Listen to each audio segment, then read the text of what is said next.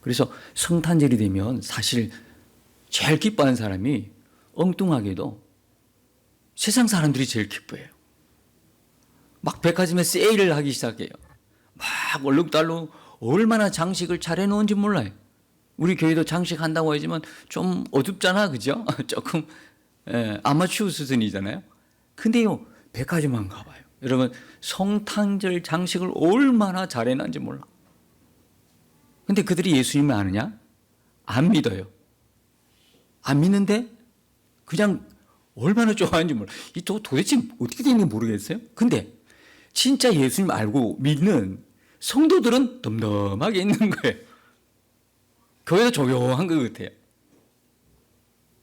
여러분, 성탄은 그때나 지금이나 우리에게 아주 좋은 소식입니다. 예수님 우리 구원하기 위해 이 땅에 오셨으니까요. 얼마나 좋은 소식입니까? 물론 예수님이 오셨지요. 그리고 또 지금 우리 가운데 계시죠. 앞으로 오실 거잖아요. 그러니까 우리가 성탄의 의미는 뭐냐? 우리에게 오신 하나님이시잖아요. 이 성탄에 우리가 눈을 더 열어야 되는 거예요. 지금 우리와 함께 계시는 주님, 하나님. 그래서 예수님의 이름이 여러 가지 중에 하나 이름이 있어요. 임마누엘을 그러잖아요. 임마누엘의 뜻이 뭐죠? 하나님이 우리와 함께 계신다. 우리는 임마누엘 안 된 적이 없어요. 항상 하나님 우리와 함께 계시니까. 예수님이 임마누엘인 것처럼 우리도 사실은 임마누엘의 그 은혜를 가장 많이 받고 혜택을 누리고 있는 사람들이 성도들이에요. 그래서 이 성탄절에는 지금 우리와 함께 계시는, 지금 나와 함께 계시는 내 안에 주인으로 임하신 하나님의 나라가 이루어진, 나라라는 것은 통치 개념이잖아요. 누가 통치하느냐 이거죠. 통치하니까 땅이 있고 백성이 있는 게 당연한 거잖아요. 우리는 비록 이 땅에 살아도요, 세상의 통치를 받지 않고요, 누구의 통치를 받아요? 하늘의 통치를 입잖아요. 하나님의 통치를 입으니까 하나님의 백성이잖아요. 그러니까 우리 안에 예수님이 주인 된 사람은 뭐가 이루어진 거예요? 하나님의 나라가 이루어진 사람이라는 거예요. 이 성탄에 그 기쁨을 누릴 수 있어야 되는 거죠. 하나님의 성도들은요. 그래서 계속 세상 사람들은 몰라 하지. 예수님 오신 줄도 몰라. 그리고 믿는 자 안에 예수님이 이미 계신 것도 몰라. 그리고 다시 오실 예수님도 전혀 몰라. 그러면서도 막 그냥 좋아하는 거예요. 그 분위기, 감정 들떠가지고 좋아하는 거예요. 우리는 알잖아요, 그 의미를. 그러니까 이 성탄절 맞이해서 우리는 더욱더 나와 함께 계시는, 우리 안에 계시는 예수님 바라보는 눈이 확 하고 더 크게 열리기를 갈망해야 될 줄 믿습니다. 제가 이번에 결혼식을 하면서 어쩔 수 없이 제가 토요일 같은 데는 잘 안 움직이고 그냥 축의금만 보내고 이렇게 축구하는데 특별한 일이 아니거든요. 어제는 어쩔 수 없이 주례를 맡았기 때문에 갈 수밖에 없잖아요. 가서 제가 그 주례사 중에 그 한 내용이 뭐냐면, 다 이렇게 사랑하기 때문에 결혼한 거 아니에요? 행복하게 살려고 결혼한 거거든요. 다 이제 이렇게 결혼했는데, 그렇게 행복하기 위해서 결혼을 하고 사는데도 불구하고 행복하지 않다면 이거 어떻게 된 거예요? 그죠? 특별히 예수 믿는 사람들, 예수 믿는 남편, 예수 믿는 아내. 예수 믿는 남편이 좋은 게 뭐예요? 행복한 사람이기 때문에 좋은 거예요. 예수 믿는 아내가 좋은 건 또 뭐예요? 행복하기 때문에. 그런데 그렇게 행복하려고 두 사람이 결혼했는데 행복하지 않다면 뭐가 문제일까요? 환경이나 사람의 문제가 아니라 어때요? 예수님과 나와의 관계의 문제가 생겼다는 거예요. 근데 대부분 이렇게 볼 줄 몰라요. 그냥 내가 결혼해서 좋겠다고 생각하고 그냥 사랑하니까 또 행복할 것 같으니까 결혼을 했어. 근데 그게 로망이 좀 얼마 안 가서 깨져 버렸어. 이게 결혼이 행복한 결혼이 아니고 굉장히 부담스러운 거야. 그러면서 내가 다른 사람을 만났으면 요렇게 또 생각하는 거예요. 다른 사람 만났으면 더 행복했을 텐데 그때 그 여자 만났어야 되는 건데 그때 그 남자 만나야 되는 건데 진짜 대부분 그렇게 이야기해요. 대부분 그렇게 생각한단 말입니다. 아니에요. 예수 안 믿는 사람이야. 그죠? 그래서 예수 안 믿는 사람은 한번 결혼할 때 이것도 보고 저것도 보고 다 보잖아요. 근데 예수 믿는 사람은 그렇게 보면 세상 사람이 보는 관점하고 똑같아요. 해결이 안 돼요. 행복하려고 결혼했는데 행복하지 않거든. 누구와의 문제가 생겼다? 예수님과 나와의 문제가 생긴 거예요. 그래서 사실 크리스찬들은 예수 믿는 사람 두 사람은 결혼할 때 결혼해서 더 예수님 바라봐야 되는 거예요. 많은 사람들이 저 사람 사랑하기 때문에 첫눈에 반해서 결혼할 거다. 그렇게 결혼했다는 거예요. 근데 더 정확하게 이야기하면 결혼은 왜 하느냐? 사랑하기 위해서 결혼하는 거예요. 어디서 문제가 생깁니까? 사랑하고 나서도 그 결혼의 원칙을 모르니까 나 좀 사랑해줘. 나 좀 행복하게 해줘. 아, 서로가 이러고 있네. 그게 어떻게 행복하겠어요? 아니, 그게 어떻게 행복하겠냐고. 예? 안 그렇겠어요? 아, 결혼은 왜 하느냐? 사랑하기 위해서 결혼하는 건데, 결혼해놓고는 나 좀 사랑해달라는 거예요. 나 좀 행복하게 해달라는 거예요. 엇갈린 길을 가고 있는 거예요. 앞으로 결혼할 우리 청년들 꼭 기억하시기 바랍니다. 예. 꼭 기억하세요. 결혼을 왜 하느냐? 사랑하기 위해서. 그 사랑 안에 뭐가 포함됩니까? 상대방의 허물, 상대방의 티, 상대방의 실수 다 포함되는 거야. 그게 항상 불안한 거야. 신부들은 왜 불안해요? 내가 이렇게 연약한데, 내가 이렇게 험이 많은데, 연애할 때야 몰랐지만, 결혼해서 살아야 되는 건데, 그때 이게 다 드러날 때도 내 남편은 나를 사랑해 줄 것인가? 내가 훗날에 나이가 들어서 쭈글쭈글해졌을 때도 내 남편은 나를 사랑할 것인가? 제가 결혼식장에 보면요, 딸도 아버지 마음이 그렇게 와닿아요. 제가 딸이 있기 때문에 그런가 봐요. 어제도 목사님, 딸 아버지 목사님이 기도했는데 그 마음이 느껴지더라고. 내가 딸을 사랑한 만큼 우리 사위도 딸을 사랑해 줄까? 딸이 여러 가지 흠이 있어도 그걸 덮어주고 사랑해 줄까? 그런 걱정이, 그런 마음에 와닿더라고. 딸도 아버지 마음이 다 그런 것 같아요. 그런데 여러분, 결혼이라는 것은 계약입니다. 결혼이라는 것은 약속입니다. 그냥 결혼은 아무렇지 않게 결혼하는 게 아니고 결혼은 약속이 있는데 그 약속 첫 번째가 뭐냐면 남편에게는요, 아내의 허물과 아내의 티와 아내의 여러 가지 부족한 것들도 어떻게 다 내 것으로 다 감싸주고 그럴 것을 약속하면서 결혼하는 거예요. 아내는요, 남편을 갖다가 자랑스러워 생각하고 칭찬해주고, 그렇죠? 남편 앞에 복종하듯이 순종하듯 그런 약속을 하고 결혼을 하는 거거든요. 남편이 아내를 사랑하는 것은 지켜주는 거예요. 보호해주는 사랑이에요. 아내가 남편을 사랑하는 것은 뭐예요? 순종의 사랑이다. 그런데 그게 안 되니까 그 사랑의 결혼의 원칙을 모르니까 불행해지기 시작하고 그런 거예요. 여러분, 사실은 예수님을 바라봐야 되는 거예요. 위기가 올 때, 크리스찬 가정에 위기가 오면 예수님을 더 바라보라고 하는 사인이라는 것을 알아야 되는 거거든요. 그 문제는 다 여러 결혼뿐만 아니라 다양하게 우리 삶의 모든 전반에 해당될 것 같아요.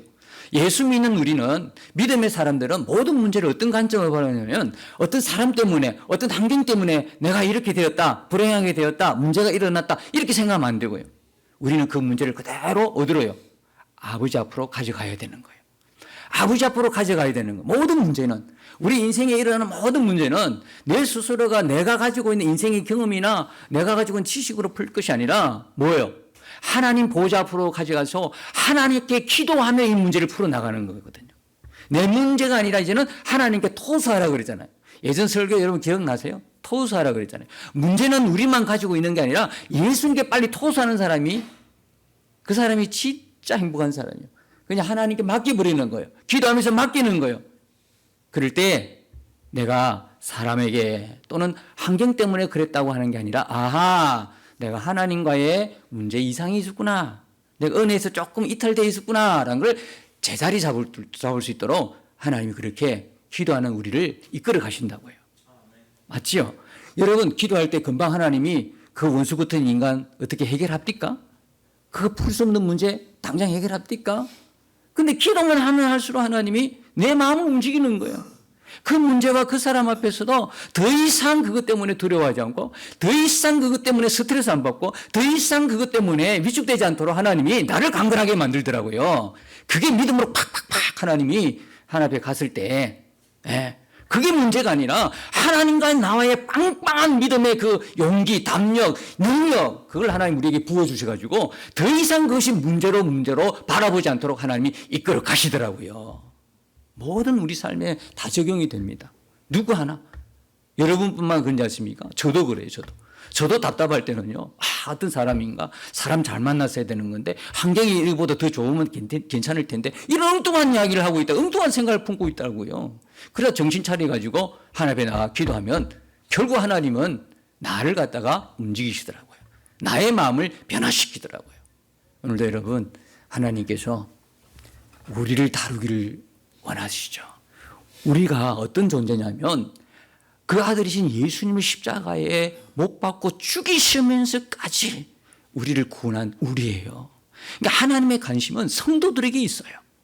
하나님의 관심은 그 고통 속에 눈물 흘리는 성도들에게 있어요. 그 아픔 속에 눈물 흘리고 있는 성도들 속에 있어요.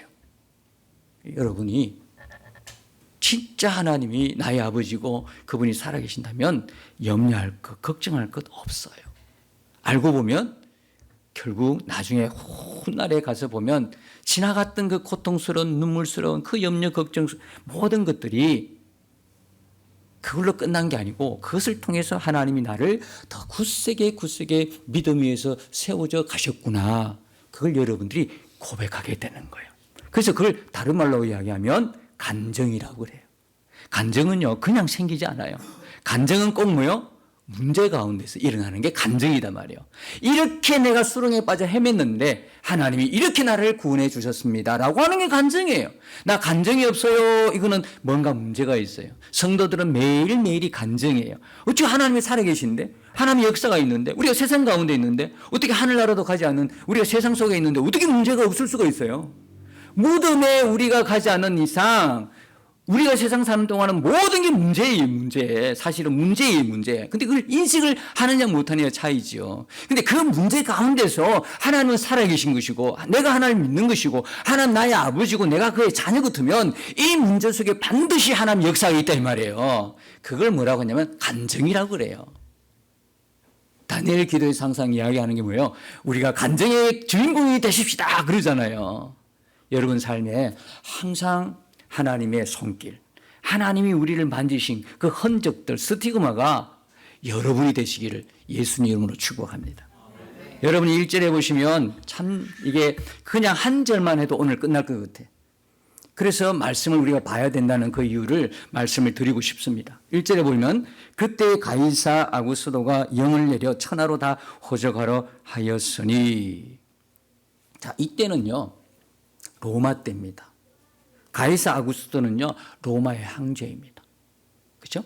로마의 황제 때 예수님이 어느 시대에 오셨냐면 로마 때 오신 거예요. 로마 때 오신 거다 말이죠. 근데 왜 해파림은 로마 때 오셨을까요? 이상하지 않아요? 왜 이렇게 오셨을까? 자, 또 한번 기억하십시다. 신약이라는 거는 뭘 바탕으로 한다고 했죠? 구약을 바탕으로 한다. 신약이 될 수 있는 거는 구약의 근거가 있어야 되는 거예요. 근거가 없으면 아무나 내가 예수라 그래도 할 말이 없어요. 근데 예수인지 오늘 한국에 예수가 20명이 더 넘는다 그러잖아요. 예수라고 하는 이단이요.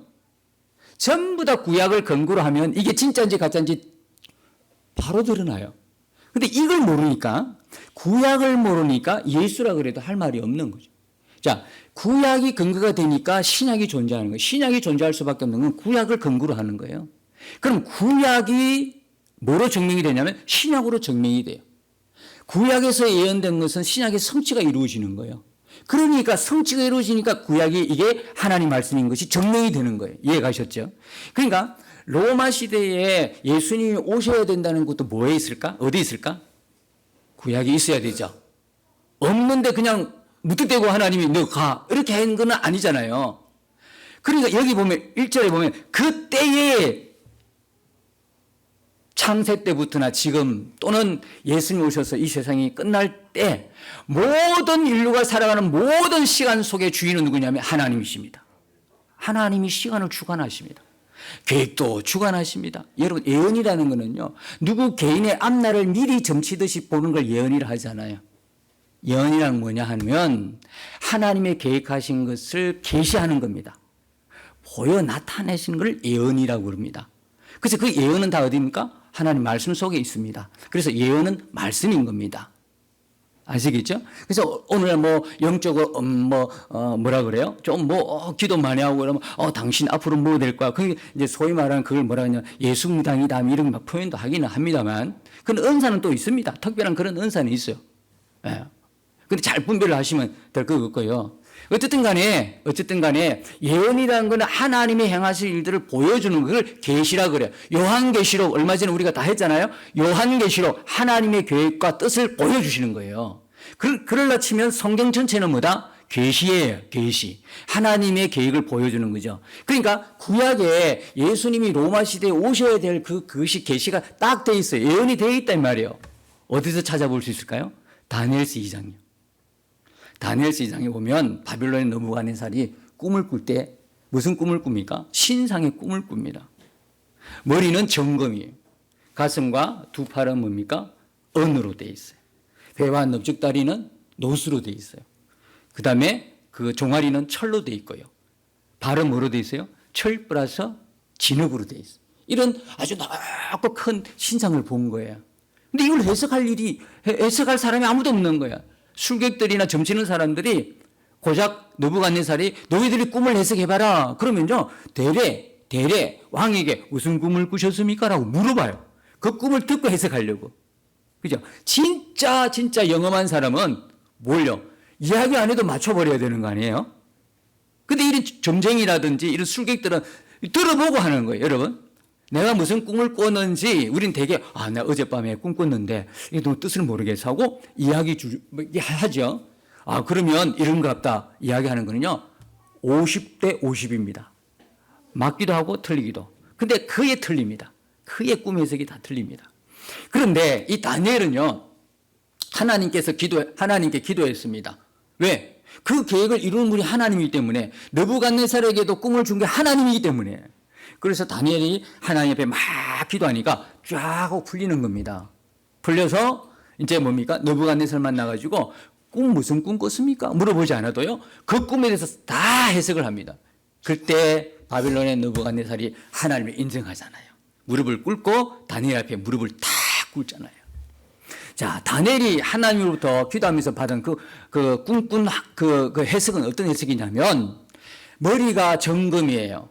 이거는 뭐냐면 내 나라가 이제 앞으로 오고 그 마지막 나라에 하나님께서 손대지 않은 돌로 이 신상을 다 부셔버립니다. 부셔버리고 영원한 나라가 임할 것을 말씀하는 거예요. 그죠? 사람으로는 어떻게 무너뜨릴 수 없는 그 나라, 영원한 나라가 임할 것을 예언합니다. 그게 다니엘서 2장 44절의 내용인데요. 정금은 뭐냐? 이거는 바빌론입니다. 그 당시 꿈꿨던 느부갓네살 그 나라가 바빌론이지 않습니까? 자, 하나님께서 역사적으로 바빌론은 뭐로 썼습니까? 몽둥이로 썼습니다. 징계의 심판의 도구로 썼습니다. 그 다음에 뭐냐면 이게 가슴하고 두 팔. 이건 뭡니까? 메데 바사. 그 다음 나라. 요 메데 바사, 이 바사라는 나라는 하나님께서 뭐라고 하나님께서 쓰셨냐면 해방자로 썼습니다. 해방. 여러분 잘 아시잖아요. 고레스 아시죠? 이스라엘 백성들을 본국으로 보내고 해방시켰던 그 왕국이 바사 왕입니다. 그리고 그 다음에 배와 넓적다리 그죠? 이 나라는 그리스 헬라는 또 어떻게 썼을까요? 하나님의 말씀을 기록할 언어, 문자, 도구로 하나님이 헬라를 쓴 겁니다. 그래서 성경은 헬라어로, 히브리어로 기록이 됐죠. 들어보셨죠? 헬라어, 히브리어. 그리고 예수님이 썼던 단어는 또 따로 있습니다. 아람어라고 예수님이 썼던 단어가 있어요. 그리고 저 밑에 종아리가 뭡니까? 종아리는 뭐예요? 로마입니다. 이 로마는 힘이 세계에서 가장 강한 나라예요. 오늘 미국 같은 나라예요. 그 왜 로마 때 왔냐면, 그리고 이제 발이 진흙으로 해가지고 그때 부서지잖아요. 로마가 이제 산산조각이 나고 하나님 나라가 그때 임하는데요. 로마를 하나님 뭐로 쓰셨을까요? 로마는 복음으로 오신 예수님의 그 복음을 널리 세상 끝까지 전할 수 있는, 왜? 로마가 그때 세계 중심이거든요. 교통, 문화, 언어 다 발달돼요. 그러니까 끝까지 복음을 전할 수 있도록 그 나라를 썼다 이 말이에요. 그러니까 예수님이 언제 오시냐? 로마 때, 로마 제국 때 예수님 오시기로 이미 어디에서 기록이 됐다? 다니엘서 2장에 다 기록이 된 거예요. 그리고 오늘 누가복음에 딱 와보면 그때에 라고 기록하고 있죠. 로마 때에 예수님 오신 거예요. 또 예수님이 오실 700년 전에 선지자들 통해서 예수님 탄생할 걸 미리 말씀하셨어요. 징조로는 뭐를 주셨냐면 이사야 7장 14절에 보면 누가 아기를 낳는 거예요? 누가 아기를 낳는다고요? 처녀가요. 처녀가 잉타하여 아기를 낳으리니. 아, 세상에 처녀가 아기를, 아니 이게 낳으면 안 되잖아요. 큰일 나잖아. 그죠? 큰일 날 일이야 이게. 그런데요, 여러분 아시다시피 누가 아기를 낳습니까? 처녀 마리아가 아기를 낳습니다. 그러면 오늘날 같으면 누구 신세를 버릴 작정이십니까? 왜 하필 납니까? 대들만 해요. 아니 지금 집에 저 김씨의 처녀는 처녀 아닙니까? 뭐 이쪽에 뭐 정신의 처녀는 처녀 아닙니까? 왜 하필 납니까?라고 마리아가 따질 이유도 사실 있었어요. 근데 여러분 누가복음 1장에 보면 마리아가요, 내 주여하고 찬양하는 게 마리아 창가가 나옵니다. 세상에 왜 그럴까요? 마리아는 뭐 특별한 사람일까요? 물론 좀 특별하긴 해요. 네? 마리아가 특별해서 그럴까요? 특별한 게 아니고요. 그에게 뭐가요? 임합니까? 성령이 임하는 거예요. 성령이 임하니까 그 입의 고백이 바로 말입니까? 하나님을 찬양하는 겁니다. 하나님, 내 신세 아예 작정하고 버리실 작정이십니까? 왜 납니까? 라고 하지 않고 찬양하는 장면이 누가복음 1장, 집에 돌아가셔서 여러분이 1장 46절 이하에 보십시오. 내 영혼이 주를 찬양하며 내 마음이 하나님 내 구주를 기뻐하였으며. 사람의 상식으로는 이해가 안 되는 거예요. 성령이 임하니까. 성령이 임하니까 그 복된 소식이 기쁘는 거야. 여러분 이 예수님이 탄생했다는 이 소식이 기쁜 사람은요 뭐가 임한 거예요? 성령이 임한 사람이에요. 은혜를 입은 사람들이다 이 말씀이에요. 마리아가 그렇게. 자, 그래서 이사야 7장 14절에 처녀가 잉태해서 아기를 낳을 것이다. 그게 지금 이루어지고 있는 거예요. 그게 그대로 지금 마리아에게 이루어지고 있고요. 그 다음에 예수님이 탄생한 곳이 어디예요? 예수님이 탄생한 곳이 어디죠? 베들레헴이잖아요. 베들레헴. 근데 여기 이게 마리아는 어디에 살고 있어요 지금? 북부지방 나사렛 동네에서 살고 있어요. 세상에. 근데 베들레헴은 훨씬 멀어요. 그게 안 맞잖아. 나사렛에서 지금 나와야 되는데 예수님이. 근데 성경은 분명히 뭐라고 그래요? 베들레헴에서 나온다거든. 그래서 어느 날 이 사건이 일어나는 겁니다. 1절 보시면 가이사 아구스도가 영을 내려 천하로 다 호적하라. 아니 가만히 있다가 왜 하필 이때에 인구조사하는 거예요? 호적하라고 다 고향 가라 그러네?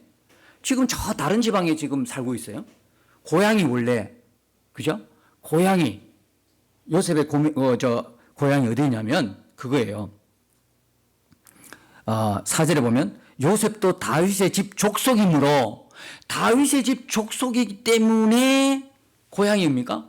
베들레헴인 거예요. 옛날에 여러분 기억하시나요? 갈렙이라고 하시나요? 요수아에 보면 갈렙 나오잖아요. 12명이 정탐꾼 갔다가 그 땅을 보고 험담한 사람이 10명이나 됐어요.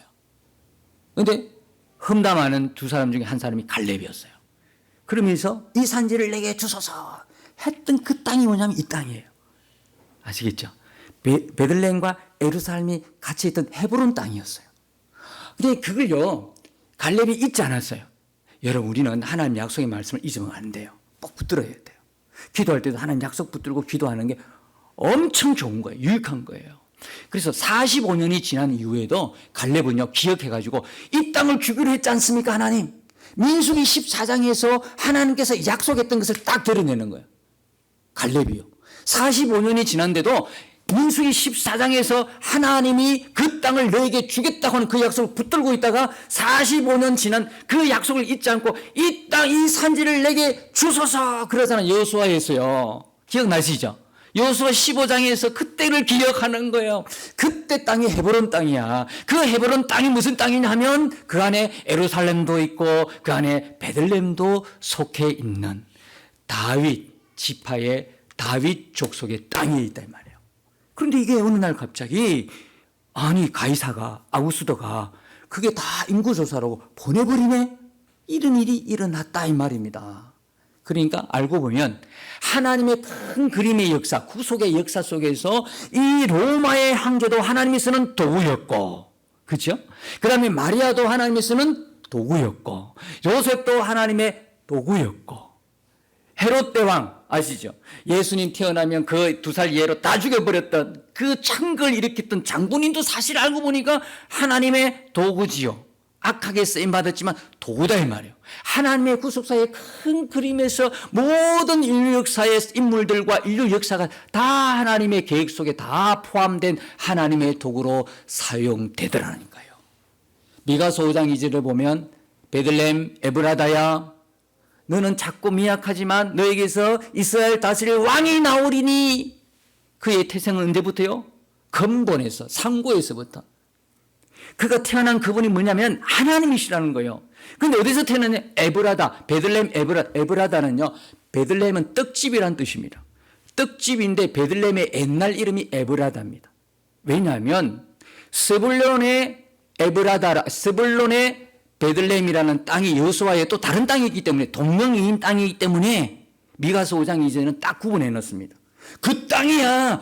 메시아가 태어날 그 땅, 유다 지파에 속했던 다윗 족속에 속한 그 땅이라고 정확하게 성경은 지명해버리는 아주 정확한 거예요. 그냥 두리뭉실한 게 아니에요. 정확하게 베들레헴 에브라다야 하고 딱 지명한 거예요. 이 베들레헴은 옛날 이름이 에브라다라는 이름을 갖고 있는 떡집이라는 이름의 베들레헴이야. 스불론의 베들레헴이 아니야 라고 성경은 이야기하고 있어요. 여러분, 이 정도인데 성경 안 보시겠어요? 제가 여러분이 묻고 싶은 거예요. 예수님 언제 오셔요? 성경대로 오셔요. 예수님은 어떻게 되셨어요? 성경대로 처음에 오셨고, 성경대로 죽으시고, 성경대로 부활하시고, 성경대로 성천하셨고, 성경대로 앞으로 오실 거다 이 말이에요. 그러니까 예수 믿는 우리가, 예수님 믿는다고 하는 우리가 성경을 안 본다니? 이건 뭔가 이상하잖아요. 이 예수님이 처음 오실 때에 만난 사람들이 있어요. 보면 누가복음 2장에 보면 쭉쭉 만나요. 사가랴도요. 그다음에 그 요한의 어머니도, 그다음에 마리아도, 요셉도, 그다음에 요 뒤에 보면 안나도, 그다음에 여기 보면 또 뭐 시므온도, 이런 누가복음 2장에 뒤에 딱 나오는 사람들이요. 전부 다 뭡니까? 세상적으로는 무슨 내세울 만한 인물이 아니었어. 근데 하나님 보실 때는 인정받은 사람들이에요. 특징이 뭡니까? 갈망인 거예요. 이 어렵고 힘든 가운데서도 하나님 나라가 임할 것을 갈망했던 사람이에요. 여러분, 예수님 재림 때에 누가 예수님이 데려가실까요? 신부를 데려가는 거예요. 아시겠습니까? 신부예요, 신부. 그럼 신부는 뭐 해야 돼요? 신랑을 갈망하는 사람이잖아요. 언제 오실까 신랑을 기다리는 사람이잖아요. 세상을 기다리는 것이 아니에요.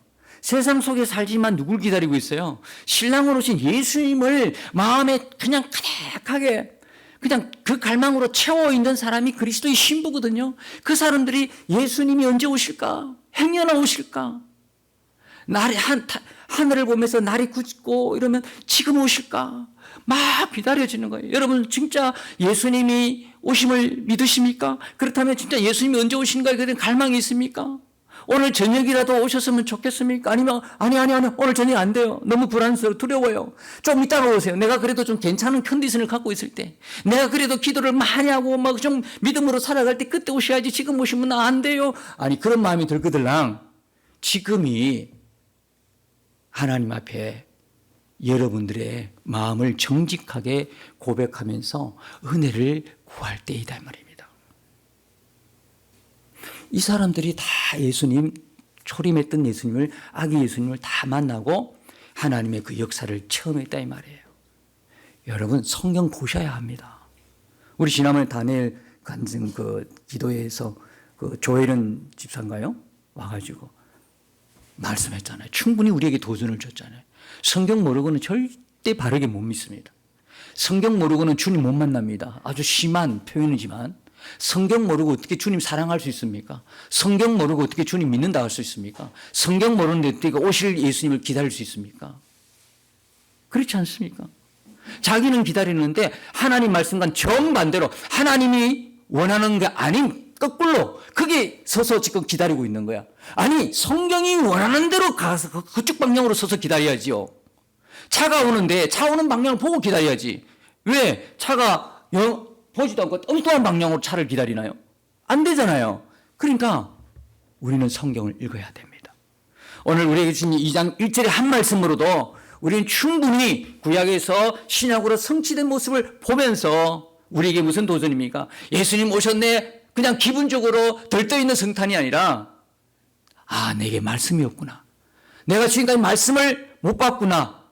올해도 이렇게 지나갔네. 그러면 진짜 각오와 결단을 해서 내년에는 성경을 꼭 읽어야 되겠다.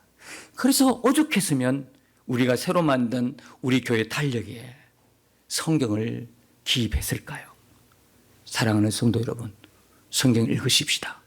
이 성경 읽는 게 믿는 것이고 성경 읽는 게 주님을 기다리는 신부의 모습입니다. 사랑하는 내님의 편지, 사랑하는 내님의 그 글들을 기쁨으로 즐거움으로 읽어 나올 수 있도록 하나님 제게 그 마음을 주십시오.